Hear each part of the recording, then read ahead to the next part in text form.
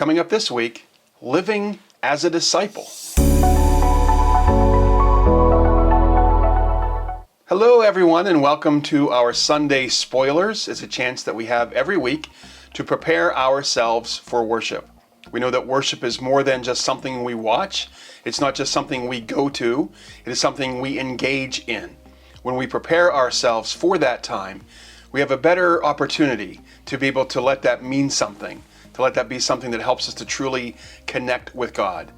We're going to continue our series, our kind of post-Easter series of looking at discipleship and looking at specifically how Jesus made disciples. We know that that's our call, to make disciples. That's what Jesus kind of, as he ascended, right before he ascended into heaven, that's kind of the final marching orders that he gave to his disciples, was to make disciples. We know that that's our responsibility.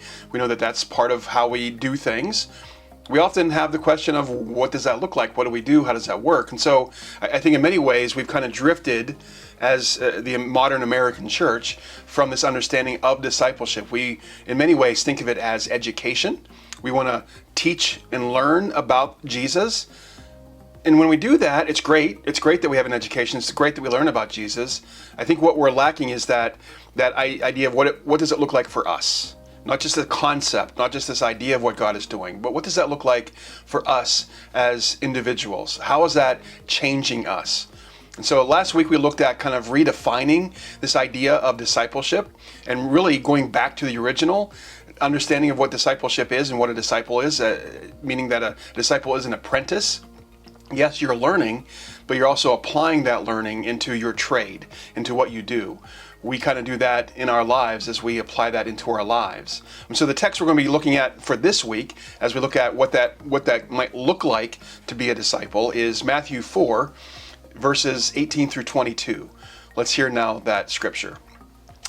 As Jesus was walking beside the Sea of Galilee, he saw two brothers, Simon called Peter, and his brother Andrew. They were casting a net into the lake, for they were fishermen. "Come, follow me," Jesus said, "and I will send you out to fish for people." At once they left their nets and followed him. Going on from there, he saw two other brothers, James, son of Zebedee, and his brother John. They were in a boat with their father Zebedee, preparing their nets. Jesus called them, and immediately they left their boat and their father and followed him.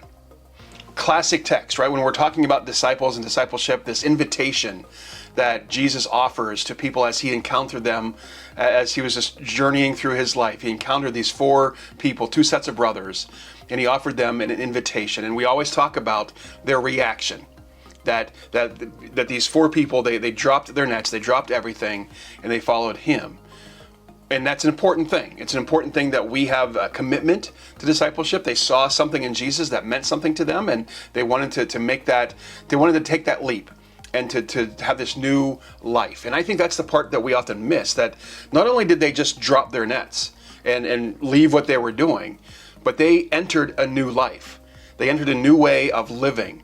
And as they journeyed with Jesus, as they traveled with Jesus, Jesus mentored them. Jesus apprenticed them. Jesus helped them understand what this is all about. And it took that first moment of commitment. Yes, I want to do this. And it's also this idea that they're going into this new life. And I think that's a good question for us to look at. For what does that life look like? As you call yourself a disciple, as you call yourself a follower of Jesus, how has what you learned about Jesus changed who you are? Changed your actions, change what you do, change how you interact with other people, change how you think about whatever it is that you're thinking about, change the decision-making processes that you might have. That's a good thing for us to kind of think about as we go into worship this weekend. How is Jesus changing you? What does this life look like for you? What components make that up? How does it affect who you are? And we'll be talking a little bit more specifically about different categories of what this life of discipleship is all about. I can't wait to see you this coming Sunday. I can't wait to worship with you, and I can't wait to explore in more depth this idea of discipleship and living as a disciple, and what does that look like in our everyday lives. Take care, everyone. We'll see you then.